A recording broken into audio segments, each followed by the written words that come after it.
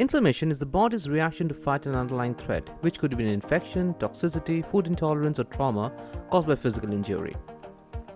Elimination diet helps in fighting inflammation. The basic building blocks of all diseases are the same: an underlying trigger, which may be an infection, toxicity, intolerance, an autoimmune condition causing inflammation.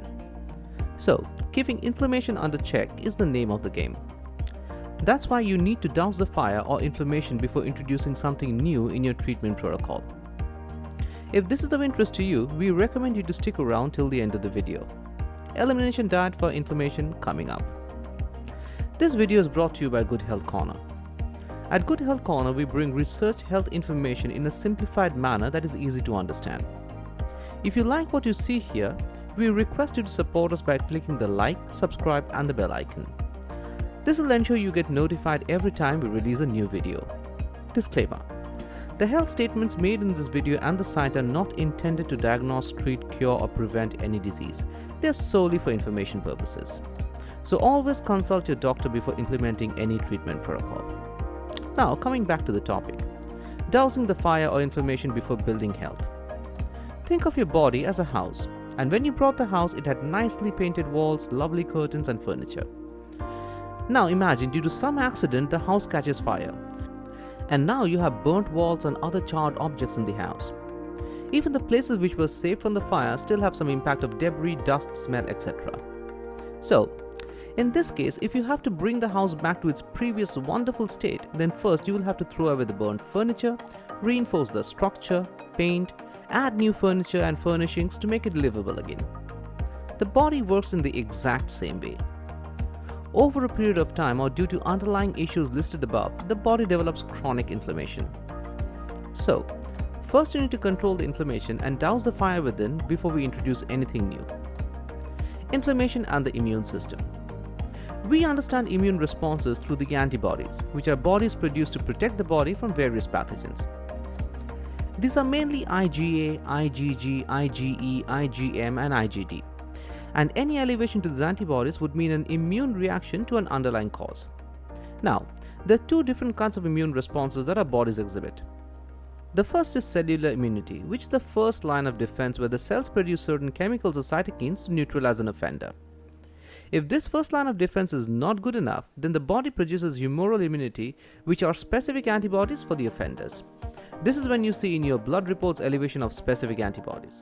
This is since the body now has to depend on a higher defense mechanism to fight off the invader inside.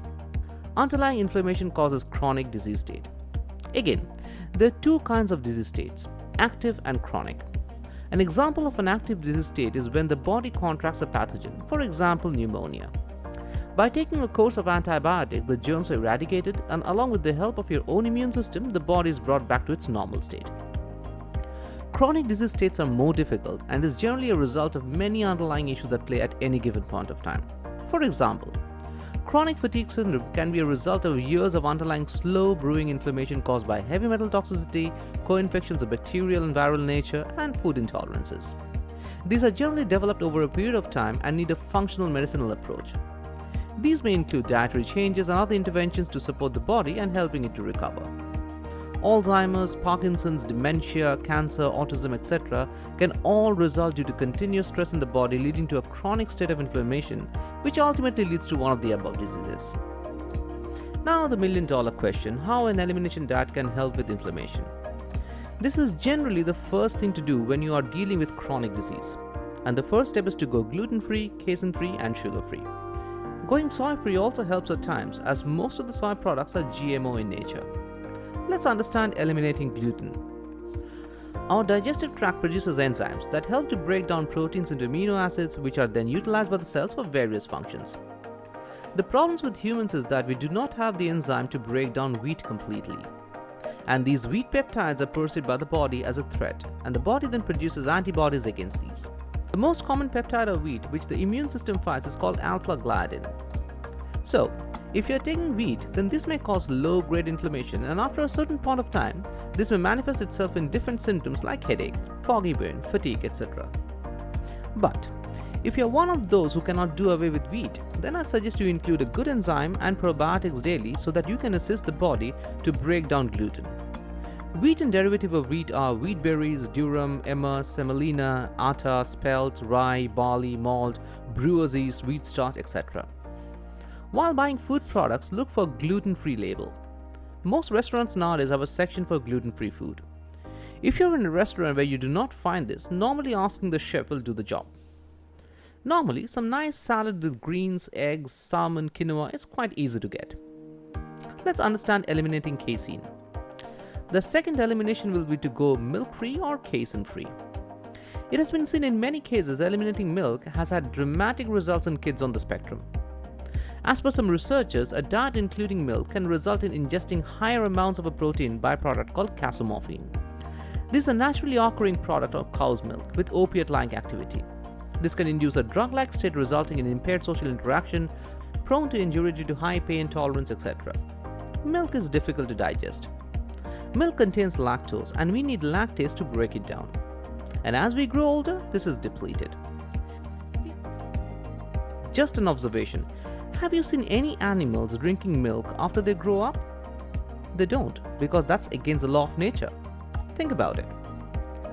The protein molecules of cow's milk are 8 times larger than humans, which makes it very difficult to digest.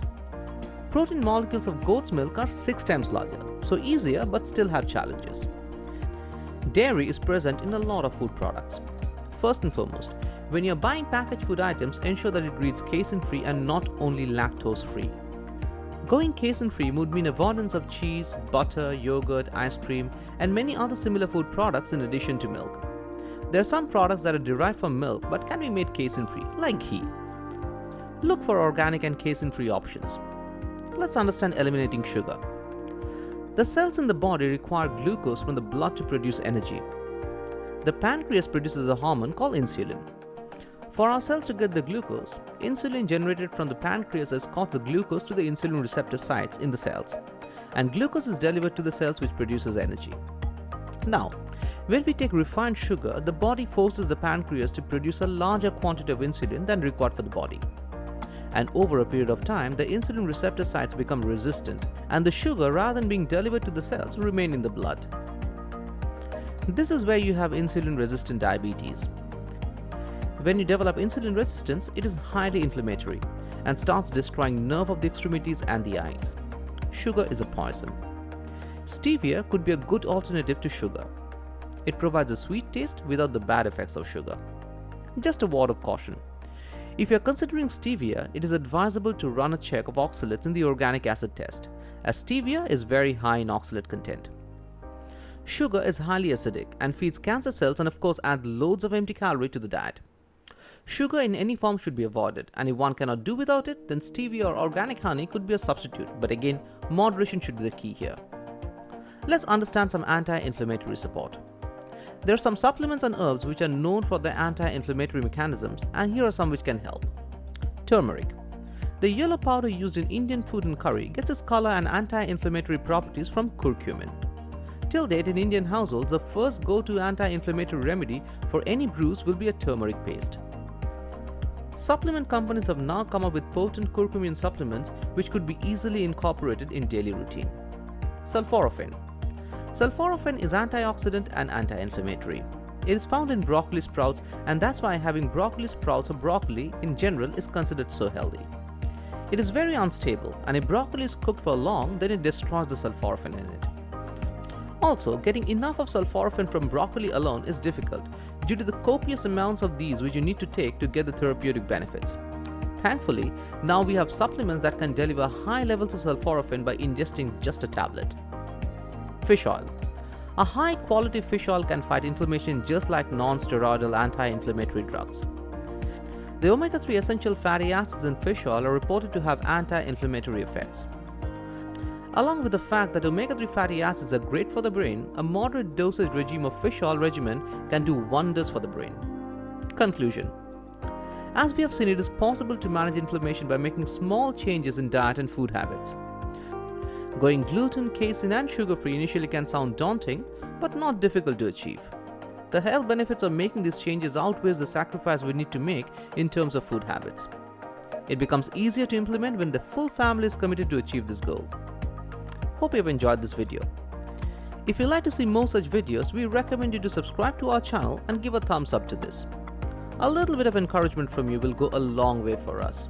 Thank you, and we hope to see you again. Bye for now.